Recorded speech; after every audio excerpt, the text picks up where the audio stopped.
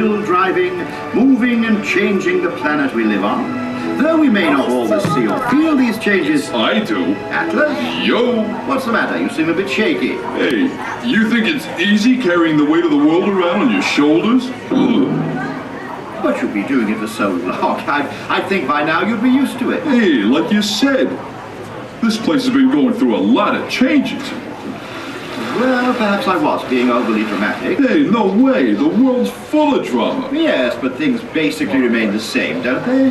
I can see I'm going to have to take a few moments out of eternity here to explain some of this to you. I hardly think... Yeah, that's obvious. Now, see here, my good man. I know the Earth rotates. I know the seasons change. Yeah, but do you know why they change? Or what changes take place because the Earth rotates? Well, whether or not... Weather. Yeah, that's a good place to start. That'll give us the proper atmosphere for learning.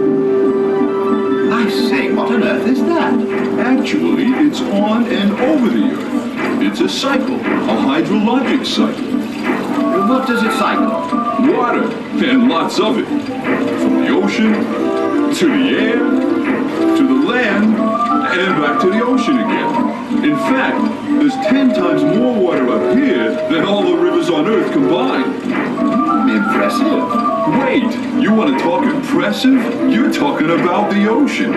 Averaging 12,000 feet of water over 2/3 of the whole planet. What effect does all that water have on the weather? Are you kidding?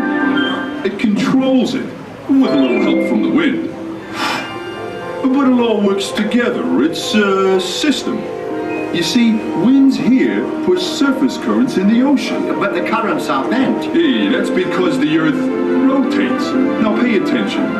Anyway, these bent currents bring warm water from the equator to the poles, and cold water from the poles to the equator. How and where they flow determines the weather pattern or climate in a given area. Sort of like a global thermostat. Absolutely! That's swell. Nah, these are swells. Waves pushed by the wind across thousands of miles of open ocean. Then, when they reach the shoreline, boom! Surf's up! What about the big ones? You know, the tidal waves. A sudden shift in the seafloor, like an earthquake, sends a powerful underwater wave across the ocean at about 450 miles per hour. When it nears the shallow water, with all that energy, it has nowhere to go but up! And what goes up? You're very astute. There certainly are a lot of changes in the oceans, aren't there? I mean, things are always on the move. Yeah, you haven't seen anything yet. Whatever are you doing? I'm going to take you where the real action is. Oh, come, Atlas. What could possibly be so intriguing about the bottom of the ocean? See for yourself. Oh, a few hills here and there. Hills? You need to get a new perspective on things. We're talking mountains and ridges and ditches. I believe those are trenches, Atlas. Yeah, trenches, like I said. Just look at all that flat land. The abyssal plains, deserts of the ocean floor, 50 times larger in total area than the Sahara. Very chic. I must admit, Atlas, you've shown me an ocean floor I wouldn't have dreamed of in a million years. Probably a lot longer than that. I beg your pardon? Look. It's taken 200 million years just to make some of that floor.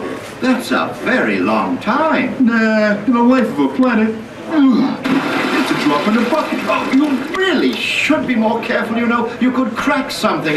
Look, see, what did I tell you? All the land dropped to one side and cracked into a dozen pieces. Now what will happen? Relax. This has already happened. You've lost me. Yeah, I'd like to. Look. This is Pangaea, a supercontinent that was here about 200 million years ago. Eventually, cracks in the Earth's crust began splitting it apart. Cracks in the Earth's crust that move continents? That hardly seems logical. It's actually very geological. But cracks don't move continents. Plates do. The cracks you see are actually the edges of crustal plates. Edges of cracked plates? That seems rather rough. Hey, those are the breaks. let's look at the layer of molten rock beneath the Earth's crust. Hot idea. Now, picture the Earth's crust broken into several big pieces. Like giant rafts, they sort of float around on this molten rock. And the continents ride on top of the rafts. Right! Now, when two plates pull apart, lava squirts up through the cracks and cools, building new ocean floor. Consequently, the Atlantic's been growing by almost an inch every year.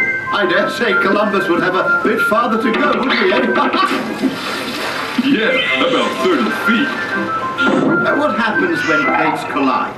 Well, when they meet head-on, the edge of one slips down beneath the other, forming a deep trench and pushing up mountains as it goes. How very continental.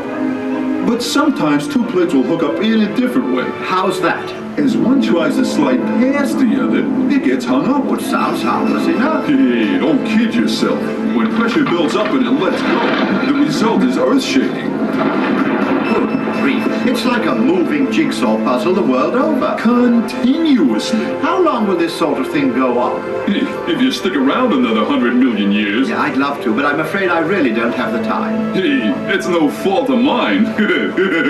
Well, you've been most informative, Atlas, and if there's anything I can do for you... Yeah, if you could get me a good heating pad, this Antarctic ice really gives me a cold shoulder. Now, let's see, where was I? Oh, yes, the same forces that have created this planet over the last 4.5 billion years are still at work today.